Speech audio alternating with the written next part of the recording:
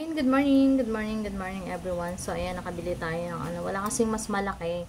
Sana kung may mas malaki, so naghanap kami dito sa may bandang Pinugay, wala kasi kaming makita. So puro maliliit lang, pero okay na rin, at least magagamit natin siya. Malaking tulong kasi ito para sa akin. So ito kasi yung ina-alternate ko kasi siya. Inam ako nito ng ngayong araw, so bukas is ibang tubig naman, yung natural tubig. Pero ito, mas nakakatulong to para sa akin kasi nadadigest niya o nalilinis na yung bituka ko. And then, nakakatulong din siya sa aking acid reflux. So, yung may mga acid reflux dyan, maghanap kayo ng ganito. Ayan.